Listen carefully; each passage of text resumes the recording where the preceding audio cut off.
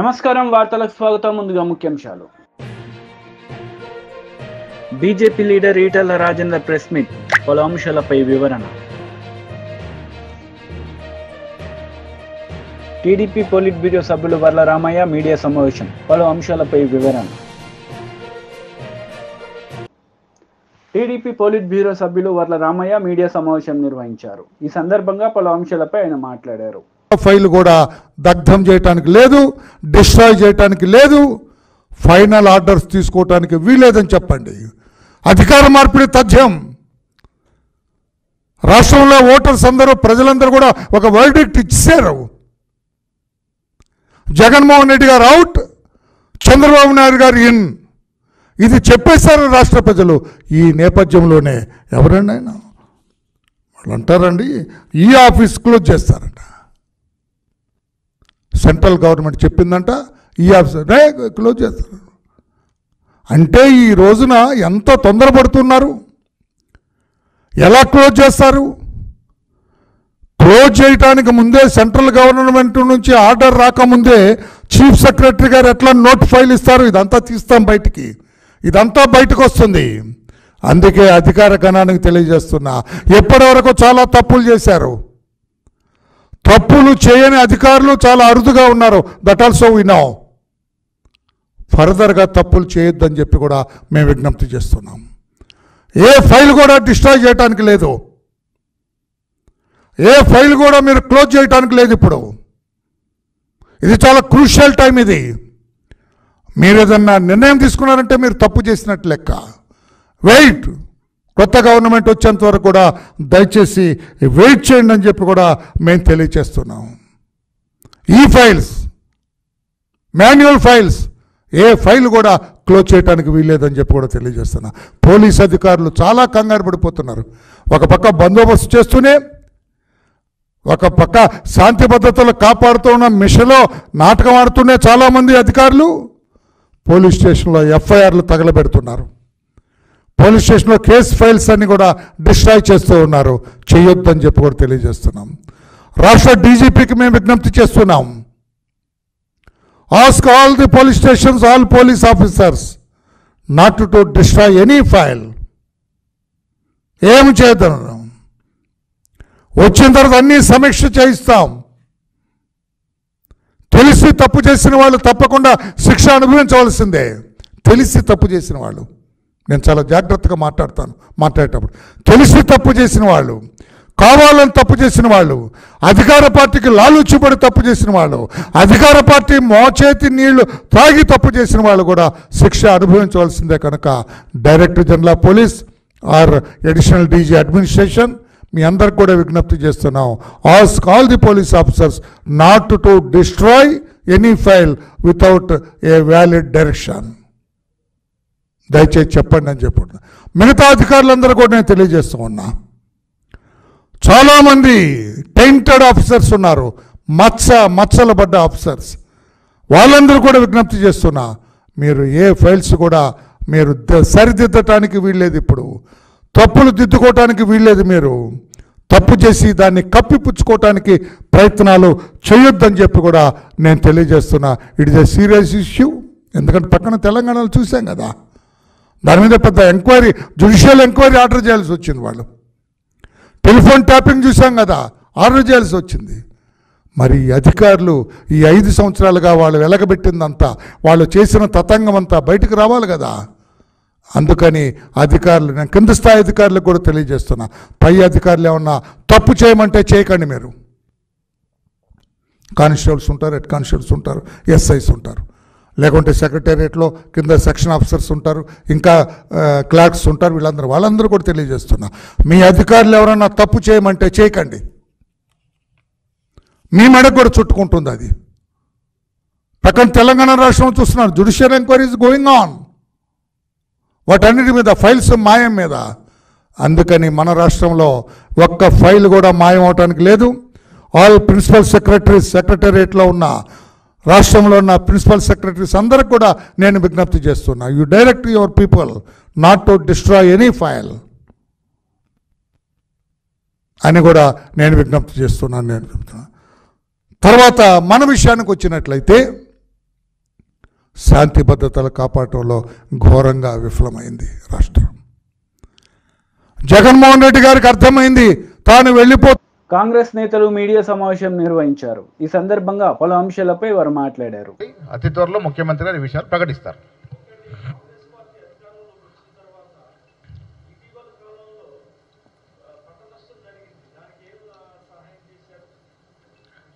పంట నష్టం జరిగిన దాని మీద కోదండ రెడ్డి గారు చాలా సీనియర్ మోస్ట్ నాయకులు అధ్యయనం చేస్తూ ఉన్నారు.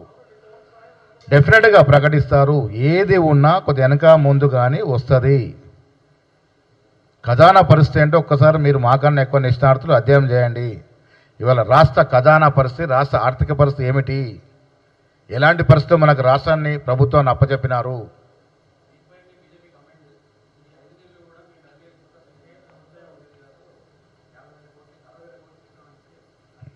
ఈనాటికి కూడా కేంద్ర ప్రభుత్వం నుంచి మనకు రావాల్సినటువంటి అంటే 10 ఏళ్ళు లెక్కేసుకుంటే బకాయిలే దాదాపు 50 లక్షల కోట్లు ఉన్నాయి.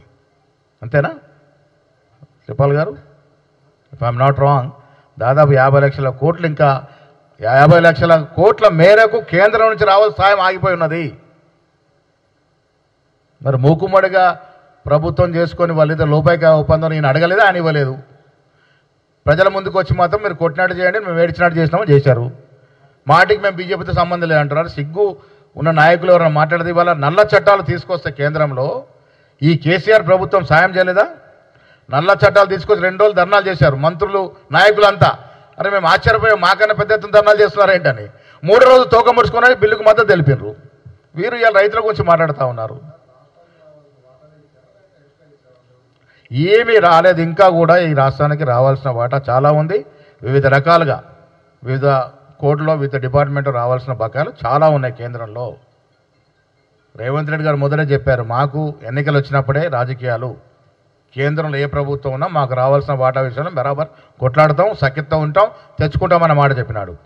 కేసీఆర్ లాగా ప్రధానమంత్రి రాగానే దాక్కున్నట్టు చేసి మాకు మీకేదో తీవ్రంగా వైరం ఉన్నట్టు నటించి తద్వారా ఓట్లలో లాభం పొందాలని ప్రయత్నం చేసిండు కేసీఆర్. లోపాయిక ఒప్పందం ఉన్నాడు. ఇవాళ ఎన్నికల్లో చూడండి, ఇవాళ ఈ పార్లమెంటు ఎన్నికల్లో టీఆర్ఎస్ నాయకులు మెజారిటీ చోట్ల, మెజారిటీ నాయకులు ఎమ్మెల్యేలు సైతం బీజేపీకి సపోర్ట్ చేసినారు. ఎవరి ఆదేశాల మేరకు చేసినారు? కేసీఆర్ కేటీఆర్కి తెలియకుండా వారు మద్దతు ప్రకటించినారా?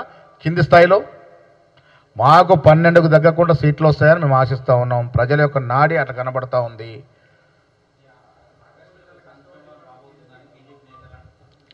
ఆగస్ట్ సంక్షోభం అనేది ఒక ఎన్టీఆర్కే పరిమితం. ఇంకా తర్వాత ఎప్పుడు ఆగస్ట్ సంక్షోభం రాదు కూడా ఈ రాష్ట్రంలో. ప్రజాస్వామ్యం ఈ దేశంలో ఉంది. మాకు ప్రజలు పట్టం కట్టారు, మెజారిటీ స్థానాలు ఇచ్చారు. మెజారిటీ స్థానాలు వచ్చిన కాంగ్రెస్ పార్టీని కూలదోస్తామని అధికారంలో ఉన్నటువంటి బీజేపీ నాయకులు మాట్లాడుతూ ఉంటే, అంటే వారికి ఏ పార్టీ నమ్మకం ఉంది ప్రజాస్వామ్యం మీద? ఎట్లా మాట్లాడతారు అది? కేసీఆర్ ఒక్కడితో అవ్వద్దా? కేసీఆర్ బీజేపీతో మాట్లాడుకొని మేము కూలదోస్తాం. ఎవరండి మీరు కూలదోస్తానికి?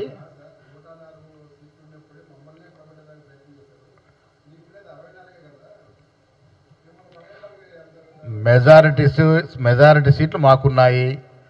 సమర్థవంతమైన పాలన రేవంత్ రెడ్డి నాయకత్వం నడుస్తూ ఉంది. దేనికోసం పడగొడతారు? అంటే మీరు 10 ఏళ్ళేది ఎలగబెట్టారు, ప్రజలు మీరు కోరుకుంటారనా? ప్రజలను మీరు తిప్ప చేసి మీరు ఇంటికి పంపినారు కదా. అసెంబ్లీలో బీజేపీ టీడీపీ లీడర్ మీడియా సమావేశం నిర్వహించారు. ఈ సందర్భంగా పలు అంశాలపై ఆయన మాట్లాడారు. ఏం ఉద్ధరించావు, నీకు ఎంపీ సీట్లు వస్తాయి. ఇవాళ వైనాట్ పులివెందుల అని ప్రజలు అడుగుతున్నారు. కడప జిల్లాలో కడప ఎంపీ కూడా గెలవబోతున్నాం అనే సమాచారాలు బయటకు వస్తూ ఉన్నాయి. ఇటువంటి పరిస్థితుల్లో ఈరోజు 3 రోజుల తర్వాత బయటకు వచ్చి ఇటు సోషల్ మీడియా కానీ దేశం అంతా రాష్ట్రం అంతా ఘోషిస్తూ ఉంటే తట్టుకోలేక ఈరోజు నీ బెంచ్ కంపెనీలో నువ్వు పెంచి పోషించిన ఈ సైన్యం, ఈ ఐపాక్ ముఠా వాలంటీర్ వ్యవస్థను అడ్డం పెట్టుకొని ప్రజల వ్యక్తిగత సమాచారాన్ని, వ్యక్తిగత డేటాని ఇవంతా కూడా చోరీ చేసిన ముఠా ఐపాక్ రుషిపా సింగ్ ముఠా. వీళ్ళు చేసిన దోపిడీ, వీళ్ళు చేసిన డేటా చోరీ ఇవన్నీ కూడా రాబోయే ప్రభుత్వం ఎన్డీఏ కూటమి చంద్రబాబు గారి నాయకత్వంలో ఎన్డీఏ ప్రభుత్వం ఏర్పడుతుంది. ఈ ఐపాక్ టీం ఈ డేటా చోరీ రాష్ట్ర ప్రజల వ్యక్తిగత సమాచారం వ్యక్తిగత భద్రతా సమాచారాన్ని వాలంటీర్ వ్యవస్థ ద్వారా చోరీ చేసి జగన్మోహన్ రెడ్డి ఐపాక్ టీంని కట్టబెట్టాడు. ఇవాళ దేనికి నీ మిడిసిపాటు నీ బడాయ్ బాబాయిని గొడ్డలతో చంపిన ముద్దాయిల్ని నీ తమ్ముడు అవినాష్ రెడ్డిని కాపాడుతున్నందుకు నిన్ను గెలిపిస్తారా? ధరలు నిత్యావసర వస్తువులు పేదల రక్తాన్ని పీల్చి 8 లక్షల కోట్ల రూపాయలు భారం వేసినందుకు నిన్ను ఉద్ధరిస్తారా రాష్ట్ర ప్రజలు? ఎస్సీ ఎస్టీ సప్లాన్ అన్ని నిధులు 1.5 కోట్లు నిధులు మళ్లించి ఏం ఉద్ధరించావని మళ్ళీ పగటి కళ్ళకంటున్నావు. జగన్ రెడ్డి సమాధానం చెప్పమని కూడా నేను అడుగుతా ఉన్నా. అన్నా క్యాంటీన్లో పేదవాడికి అన్నం పెడితే ఓరవలేకపోయావు, పెళ్లి కానుకలు ఇస్తే ఓరవలేకపోయావు, 100కు పైగా ఎస్సీ ఎస్టీ బీసీ మైనార్టీ పథకాలన్నీ రద్దు చేశావు. దీనికోసం నువ్వు కళ్ళకంటున్నావు. మద్యపాన నిషేధం చేస్తేనే ఓట్లు అడుగుతా ఉన్నావు. అవన్నీ మర్చిపోయావు. మాట ఇచ్చావు, మడం తిప్పావు. దానికోసం నీ మిడిసిపాటు.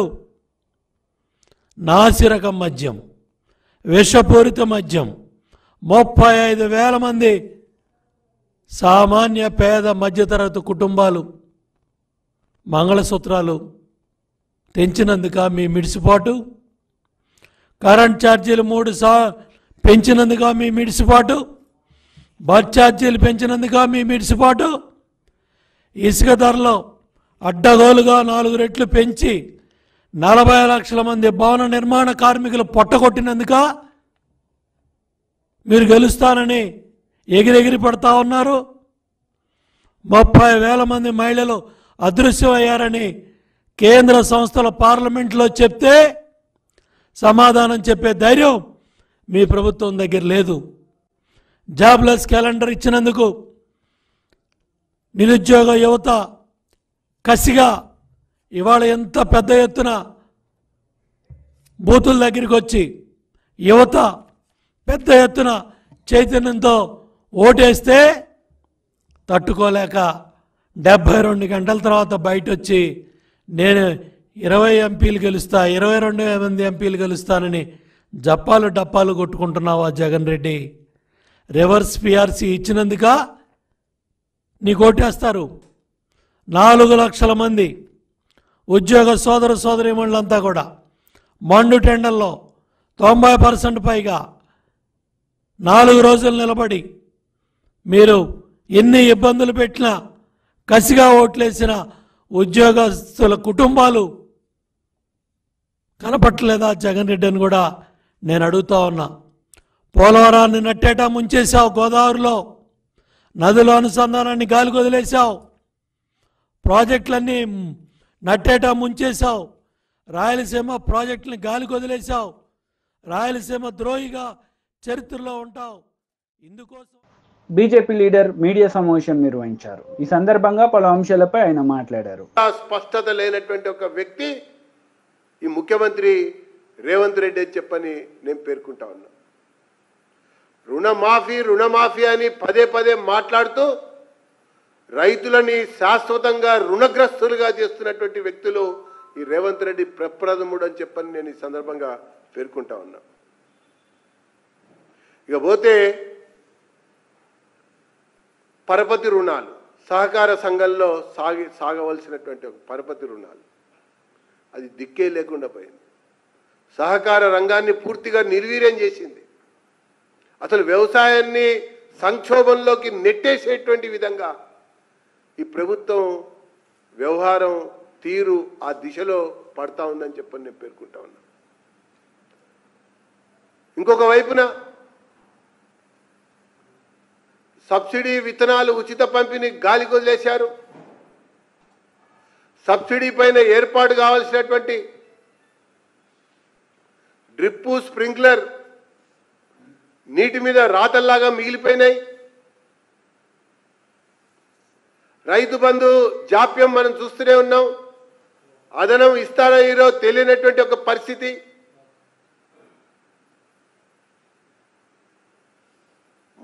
మొన్నటిగా పంట నష్టపరిహారం కూడా ఇవ్వనటువంటి ఒక వైనం. ఇంకొక వైపున ఫసల్ బీమాని మేము అమలు చేస్తామని చెప్పారు. మరి ఫసల్ బీమాని అమలు చేస్తామని చెప్పిన తర్వాత ప్రభుత్వ పరంగా పంట విస్తీర్ణానికి మొత్తంగా వీళ్ళు ఆ ఫసల్ బీమాలో రాష్ట్ర వాటా కట్టినట్టయితే ఆ మొన్న నష్టపరిహారం అన్న ఆ రకంగా వచ్చేది. దానికి కూడా వీళ్ళు నిధులు విడుదల చేయాల. అది కూడా కట్టడానికి ముందుకు రాలా. కేవలం పేరుకు మాత్రమే ఆ ఫసల్ బీమా అమలు చేస్తామన్నటువంటి ఒక అంశం అలా పడి ఉందని చెప్పని నేను పేర్కొంటా ఉన్నా. ఇక ఉద్యానవనాలు, పశు సంపద, పాడి పరిశ్రమ, కోళ్ల పరిశ్రమ ఇవన్నీ కూడా అధోగతి పాలైనాయని చెప్పని నేను పేర్కొంటా ఉన్నా. ఈ యొక్క వ్యవసాయం సంక్షోభ దిశగా అడుగులు పడుతున్నాయని చెప్పని నేను పేర్కొంటున్నా. ఒకవైపున ఆర్థిక సంక్షోభం, దివాలా తీసిన ఖజానా, కొత్త అప్పులు పుట్టే పరిస్థితి లేనటువంటి వైసీపీ లీడర్ మెరుగు నాగార్జున మీడియా సమావేశం నిర్వహించారు. ఈ సందర్భంగా పలు అంశాలపై ఆయన వివరణ ఇచ్చారు. ఎక్కడ ఏమీ పట్టించుకోలే. అంటే ఇది ఒక ప్లాన్ ప్రకారం కేంద్రంతో కుమ్మక్కై ఒక ప్లాన్ ప్రకారం ఈ రాష్ట్రంలో జగన్మోహన్ రెడ్డి గారిని అడ్డుకట్ట వేయాలనే ఒక కుట్రతో తప్ప వేరే ఆలోచన లేదు. చాలామంది పోలీసు అధికారులు పచ్చ చొక్కాలు వేసుకున్నారు. నేను ఒకటే చెప్తా ఉన్నా, ఏ పోలీస్ అధికారైనా ఎవరైనా ఈ రాష్ట్రంలో మేము మరలా అధికారంలోకి రాకపోతా ఉన్నాం, ఖచ్చితంగా ఎంక్వైరీ చేస్తాం. మీరేదో మా నాయకుడిని మమ్మల్ని ఓడించాలని చూస్తే ఆంధ్రప్రదేశ్లో ప్రజలు న్యాయ నిర్ణేతలుగా ఉన్నారు. జగన్మోహన్ రెడ్డి గారిని అంచెలంచెల విశ్వాసంతో జగనన్న గెలిపిస్తాకు సిద్ధంగా ఉన్నారు. అందుకని ఎక్కడ మాకు ఈరోజు కేంద్రంలో ఒక పోలీస్ అబ్జర్వర్ని వేశారు. మరి ఆయన ఏమైపోయాడో తెలియదు, ఎవరు ఇన్ఫ్లుయెన్స్ పొందాడో తెలియదు. పోలీసుల్ని చక్కగా ప్లాన్ ప్రకారం సిస్టమేటిక్గా తెలుగుదేశం పార్టీకి చంద్రబాబుకి అడుగులు ముడుగులు వచ్చారు తప్ప వైఎస్ఆర్ కాంగ్రెస్ పార్టీ శ్రేణుల్ని నిలవరించాలని ఆలోచన తప్ప ఎన్నికల విధులు కరెక్ట్గా చేయించాల. ఇప్పటికీ చూస్తూ ఉన్నాం. ఈ రోజుకి దాడులు చేయిస్తూ ఉన్నారు, ఈ రోజుకి అఘాయిత్యాలు జరుగుతూ ఉన్నాయి. ఎందుకు కరెక్ట్గా రియాక్ట్ అవ్వలేకపోతా ఉన్నారో ప్రజలు కూడా గమనించాలి. ప్రజలు అర్థం చేసుకుంటున్నారు. చంద్రబాబు ఓడిపోతున్నాడు, చంద్రబాబు కేంద్రంతో లాలూచి అయ్యాడు, కేంద్రం ఇన్ఫ్లుయెన్స్తో ఈరోజు ఎన్నికల్లో జగన్మోహన్ రెడ్డి గారిని ఓడించాలని చూస్తూ ఉన్నాడు. కానీ జగనన్న చేసినటువంటి గొప్ప గొప్ప కార్యక్రమాలు ఆంధ్రప్రదేశ్లో ప్రజానీకం ఉవ్వెత్తున ఎగిసిపడ్డారు, జగనన్న కొమ్ము కాశారు. మరలా ఆంధ్రప్రదేశ్లో జగనన్న ముఖ్యమంత్రిగా చేసుకోవటానికి సిద్ధంగా ఉన్నారు. కానీ చంద్రబాబు కోటే చెప్తా ఉన్నా, నువ్వు ఎప్పుడు పేదల మీద పడుతున్నావో, దళితుల మీద పడతా ఉన్నాడో, ఎస్సీ ఎస్టీ బీసీ మైనారిటీల మీద అఘాయిత్యాలు చేయిస్తా ఉన్నావో, నీ రాజకీయ అంతం జరుగుతూ ఉంది, గమనించు. జూన్ 4వ తారీఖున పటాపంచలైపు ఆంధ్రప్రదేశ్లో వైఎస్ఆర్ కాంగ్రెస్ పార్టీ అఖండమైన విజయం జరుగుతూ ఉంది. చంద్రబాబు రథచక్రాలు విరిగిపోతాయని కూడా మీ ద్వారా తెలియపరుస్తూ ఉన్నా. ఇంతటి క్రూరమైనటువంటి ఈరోజు చూస్తూ ఉన్నారు, ఎక్కడెక్కడి నుంచో తీసుకొని వచ్చి విదేశాల్లో ఉన్న తీసుకొని వచ్చి డబ్బులు ఖర్చు పెడతా ఉన్నారు. మేము చెప్తా ఉన్నాం, విదేశాల నుంచి వచ్చినా చంద్రబాబు ఎన్ని కుట్రలు కుతంత్రాలు చేసినా కేంద్ర జగన్మోహన్ రెడ్డి గారు ఒక నూతన అధ్యాయాన్ని, ఒక పాజిటివ్ ఓటుని, ప్రజా సంక్షేమాన్ని భుజాన వేసుకుని నడిపినటువంటి ముఖ్యమంత్రి రాష్ట్ర రాజకీయాల్లో ఒక కలికితురాయిగా పోతా ఉన్నాడు. జగన్మోహన్ రెడ్డి గారి యొక్క గొప్ప ఆశయమో ఆలోచన అదే.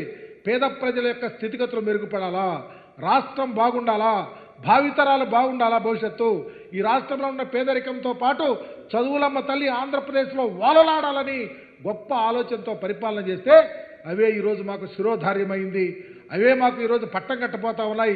జగనన్న మరలా ముఖ్యమంత్రి అవటానికి ఆస్కారం కలిగింది.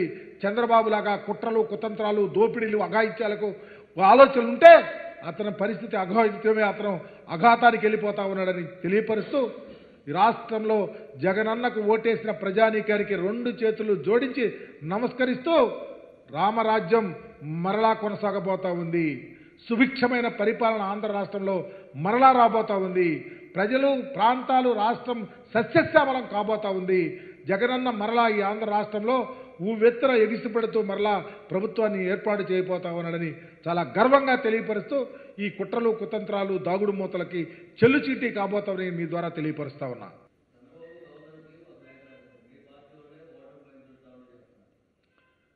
చంద్రబాబు గవర్నర్కి ఒక ఉత్తరం రాశాడు, మా పార్టీ వాళ్ళు. ఒకసారి కళ్ళు లేని కబోజులు కాదు. జనసేన లీడర్ మీడియా సమావేశం నిర్వహించారు. ఈ సందర్భంగా పలు అంశాలపై ఆయన మాట్లాడారు. ఒక మహానాయకుడు ఎదిగినప్పుడు మీరు ఏం చెప్పినా చేస్తారని చెప్పి ఆయన భావాన్ని యథాతథంగా అమలు చేసి చూపించిన వ్యక్తి అయినా.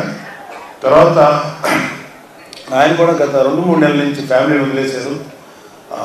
మధ్యలో ప్రెసిడెంట్గా పిలిస్తే వెళ్ళి మళ్ళీ వెంటనే వచ్చాను.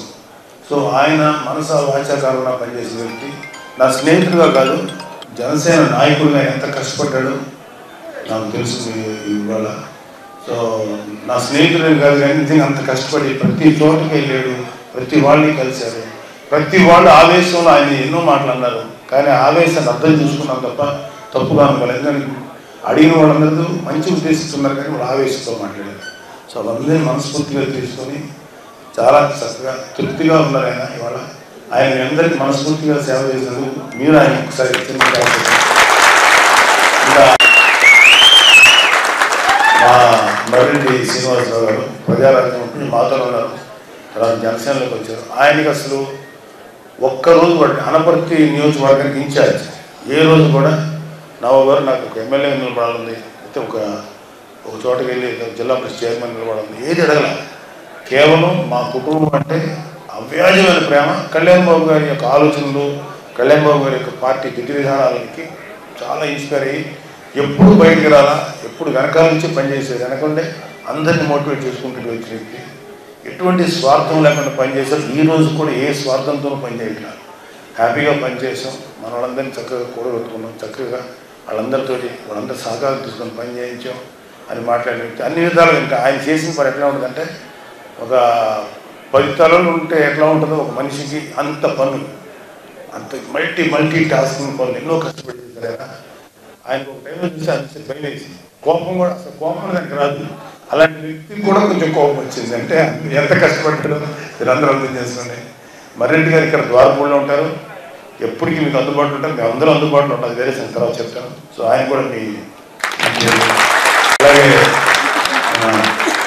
తుమ్మలపల్లి రమేష్, ఆయన మాటల మనిషి, త్యాగ మనిషి. జగ్గంపేటకి చాలా ఇన్ఛార్జ్గా ఉన్నారు ఆయన. జ్యోతుల్ నెహ్రూ గారికి జనసేన తరఫున మనస్ఫూర్తిగా పనిచేసినది. ఆయనకు కూడా మీ అభినందన తెలియజేయండి.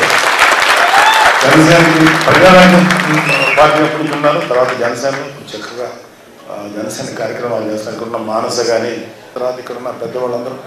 బీజేపీ లీడర్ మీడియా సమావేశం నిర్వహించారు. ఈ సందర్భంగా పలు అంశాలపై ఆయన మాట్లాడారు. చేసుకున్న వాళ్ళందరూ కూడా ఇవాళ ఇష్టపడుతున్న పార్టీ భారతీయ జనతా పార్టీ, ఇష్టపడుతున్న నాయకుడు నరేంద్ర మోడీ గారు. కాబట్టి ఇవాళ వాళ్ళకి అన్ని విషయాలు తెలుసు. ఒకప్పుడు ఏం జరుగుతుందో తెలియని పరిస్థితి ఉండే. క్షణాల మీద మా పట్టభద్రుల దగ్గర సెల్ ఫోన్లలో దేశంలో ఏం జరుగుతూ ఉంది, ప్రపంచంలో ఏం జరుగుతూ ఉంది అవన్నీ చూస్తూ ఉన్నారు. కాబట్టి పట్టభద్రులకు మేము మళ్ళీ ఏదో చెప్పాలంటే అక్కడ లేకుండానే ఒక్కటైతే సత్యం ఏంటంటే, నరేంద్ర మోడీ గారి ఏలుబడిలో, నరేంద్ర మోడీ గారి నాయకత్వంలో ఈ దేశం ఇంతకుముందు మా వెంకటేష్ గారు చెప్పినట్టుగా ఆర్థికంగా మాత్రమే ఎదగడం కాదు, ఇలా ఆత్మగౌరవపరంగా కూడా ప్రపంచ చిత్రపటం మీద భారత ఔన్నత్యాన్ని, భారత గౌరవాన్ని సమున్నతంగా నిలిపిన వ్యక్తి నరేంద్ర మోడీ గారు అని చెప్పి ఇలా వీళ్ళంతా మాట్లాడతాము. మొన్న మేము ఎన్నికలు చూస్తే మాకు బాగా ప్రచారం చేసిన దాంట్లో ఐటీ ఎంప్లాయీస్ కావచ్చు, ప్రభుత్వ ఉద్యోగులు కావచ్చు, వాళ్ళకు బయటికి చెప్పుకునేటువంటిది ఉండకపోవచ్చు, కానీ రిటైర్డ్ ఎంప్లాయీస్ కావచ్చు, పట్టభద్రులు కావచ్చు, మొట్టమొదటి అసలు అంటే ఎవరు చెప్పకపోయినా, ఎవరు పిలవకపోయినా వాళ్ళంతటా వాళ్ళే బాధ్యతగా భావించి వాళ్ళు మా ఎన్నికల్లో మా గెలుపు కోసం ప్రయత్నం చేసింది. కాబట్టి డెఫినెట్గా ఇవాళ వరంగల్, ఖమ్మం, నల్లగొండ, ఉత్తర తెలంగాణకి చాలా గుండెకాయ లాంటి జిల్లాలు, చైతన్యానికి మారుపేరు ఉన్న జిల్లాలు మూడు. ఇవాళ చైతన్యానికి మారుపేరు ఉన్నటువంటి జిల్లాలు. కాబట్టి డెఫినెట్గా మా పట్టభద్రులందరూ కూడా ఇవాళ నరేంద్ర మోడీ గారిని బలపరచాలని చెప్పి సంకల్పంతో ఉన్నవాళ్ళు. కాబట్టి ఎక్కడికక్కడ మీరే ఎక్కడికక్కడ కథానాయకులై ఇవాళ గుజ్జల ప్రేమేంద్ర రెడ్డి గారిని గెలిపించడం ద్వారా నరేంద్ర మోడీ గారికి మళ్ళీ మద్దతు ఇచ్చినట్టుగా ఇలా ఈ దేశానికి మళ్ళీ మనం ఓటేసుకునేటువంటి భాగ్యంగా భావించాలి. కాబట్టి దయచేసి మీరందరూ కూడా గొప్పగా పాల్గొని గెలిపించాలని చెప్పు. ఇవాళ BRS party today irrelevant party, దానికి ఇవాళ ఎక్కడ లేదు, నా ఇక్కడ లేదు అక్కడ లేదు. ఇంతకుముందు మా రామచంద్ర గారు చెప్పినట్టుగా ప్రజాస్వామ్యం పరిడవిల్లాలంటే చట్టసభలలో అధికార పక్షం కావచ్చు ప్రతిపక్షం కావచ్చు స్ట్రాంగ్గా ఉండాలి. ఇవాళ ఏకపక్షంగా ఉండేటువంటి ఆస్కారం ఉంది. ఇవాళ గుజ్జల ప్రేమేంద్ర రెడ్డి గారికి 40-42 సంవత్సరాల ఈ చరిత్రలో అనేక విషయాల పట్ల సమగ్రమైన అవగాహన ఉన్నవాడు కాబట్టి ఇవాళ శాసన మండలిలో ప్రజల సమస్య. వార్తలు ముగించే ముందు ముఖ్యాంశాలు మరోసారి. BJP leader Etela Rajender press meet, పలు అంశాలపై వివరణ. టీడీపీ పోలిట్ బ్యూరో సభ్యులు వర్ల రామయ్య మీడియా సమావేశం, పలు అంశాలపై వివరణ. ఈ వార్తలు ఇంతటితో సమాప్తం. తిరిగి ప్రసారమయ్యే వార్తల్లో మళ్ళీ కలుద్దాం. అంతవరకు సెలవు. నమస్తే.